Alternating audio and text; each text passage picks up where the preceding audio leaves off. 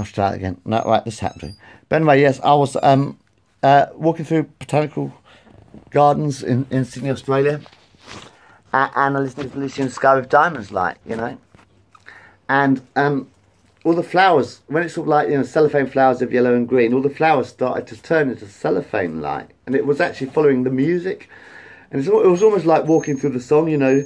Picture yourself in a boat on a river with tangerine trees and mama. Hang on a minute. Where it went like? Let me see if I can remember how it went. I was sitting, I was broken a string. My other voice, not really. I was walking through the gardens, and this is the song that's singing sort of thing.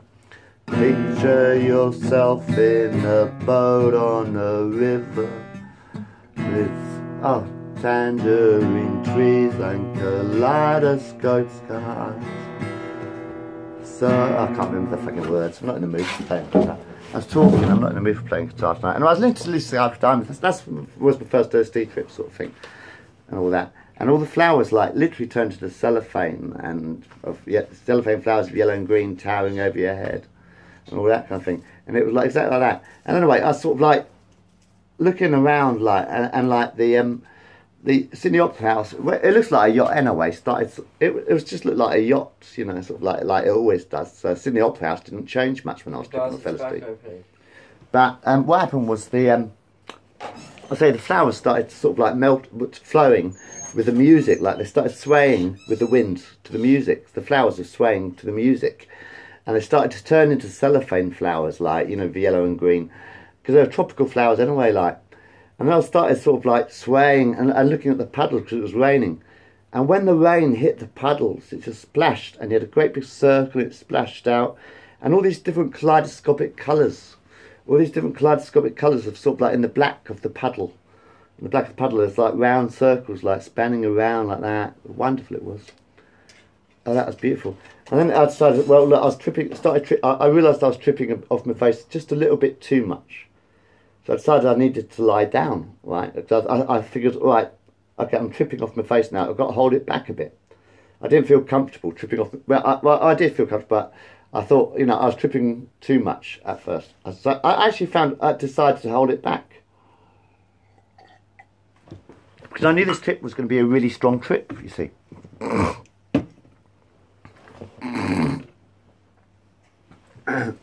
knew it was going to be a really strong trip. And so what I actually did was I there's some jacket. I don't know why I'm wearing that jacket. I sort of that's interesting. Back in it. What I did was I sort of stopped myself for a minute, right, and I sort of thought, I really want to relax when I'm tripping now. I just really want to relax and just rest now and enjoy it. In fact, I think, no, I think no. All right, no, fuck it. Look at it again. No, leave it on. Well, I'm making a film, might as well relax on. But anyway, yes. So I was thinking, yeah. I decided I'd had to calm myself down a little bit, so I could make my way back to the hostel to lie down, because I thought my head's going to explode. You know, I figured my head was about to explode, like. So I kind of sort of like thought to myself, oh, hang on a minute, calm down, Bill, calm down. You're tripping. Remember, you're tripping, because when you're tripping, nobody else is. You always think everybody else is tripping, but they're not. When you're tripping, you've got to hold yourself back a bit. So I thought, oh God, how the hell am I going to get back to this? How the hell am I going to get back to the hostel? My mind's just exploded, like. My mind's fucking exploding. That's what I thought when I was tripping off this LSD, like. My mind's fucking exploding, man. So I thought, all right, hold it back a bit. So I invented this invisible bubble. It's crazy. I put this bubble around me, a bubble of love. Like, I still listening to the music, like. I'd stopped the music, I think. No, I still listen to the music, probably. That's right, because I started listening to Within You and Without You. Actually, that's right, because I turned the tape. I started listening to Within You Without You. It sort of guided me home, you know.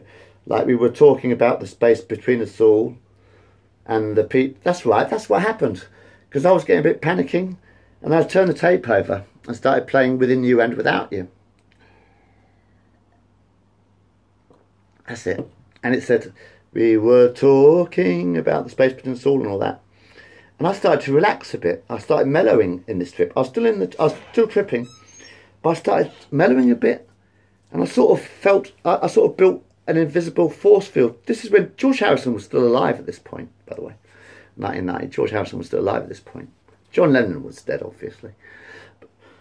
But anyway, I had this invisible force field around me to get me back to the hospital, so I could really let go with the trip.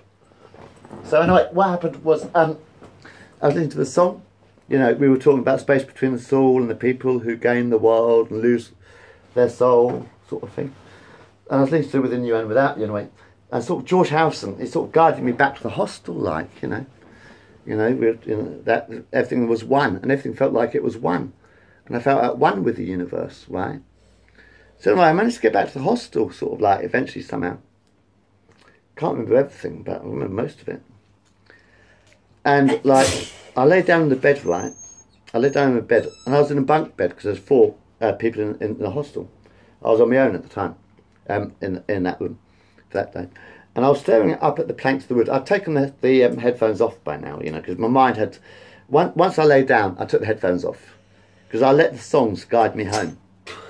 Because actually, it was kind of like weird, because I was listening to last night I was listening to the Sgt. Pepper's Lonely Hearts Club Band, the entire album, you know, and the album actually guided me back to the hospital. The actual songs on the album, they just sort of like carried me back to the hostel, so I was safe. I was safe because I had Sgt. Pepper playing in my headphones. You know, bang, and you know how loud Sony Walkmans are. Sony Walkmans, when you've got your headphones on, they blast right into your ear. Like, I suppose your modern ones do as well, obviously. You know, obviously do you? Oh, we didn't have sound restrictions in the old days. If you put headphones on, we had full volume. We had full volume. Your head, the music used to just fill your head. When you had headphones on, Sony Walkman times, the music just filled your entire head perfectly. It's beautiful. Anyway, yes. So anyway, I sort of like just flowed with the music back to the hostel, nice and easy, and I felt really, really safe because I was really safe because I had Sgt. Pepper playing on my music, sort of guiding me back to the hostel. And I laid down in the bunk, and the bed, they had slats of wood. You know, it was a wooden bunk bed, light and slats of wood. And the wood sort of melted, and the wood sort of, no, actually, the eyes of the wood turned into like human eyes, and I could sort of see my life and the universe in the wood and everything. It was incredible. And then this mattress, sort of, it was a green mattress above me, and it started flowing in and out of the boards and all that. And then I took a shower, and that was lovely, and I'll tell you all about that later. I took about 20 years of LSD. What was I talking about LSD in the first place? I was talking about something else. Oh, my midlife crisis, yeah. No, actually, they're banning the legal highs now, aren't they? So you know what they'll do next? Have you noticed? They'll probably ban the smoking on YouTube next. I've said this all before. I'm just repeating myself now. Anyway, yeah, that was my first LSD trip. So let's stop that there. Have a lighter, please. And go back to films. I want to relax now and watch films. Yeah, but that was when I first took LSD.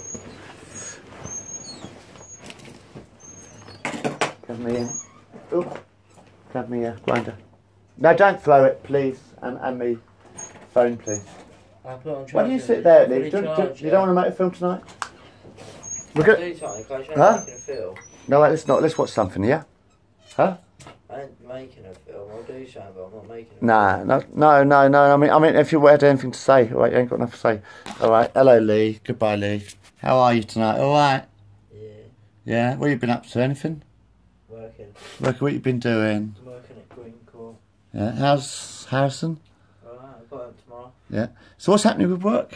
Nothing. No, you said you're not working because you got to get back to child care. What? Oh yeah, no, basically, because fucking my dad's only got certain days. Yeah. They've given me a holiday and that. Oh, right. Sort out childcare. All right. But you still got a job? Yeah. Oh, that's right. Anyway, hello. That's it. Stop there.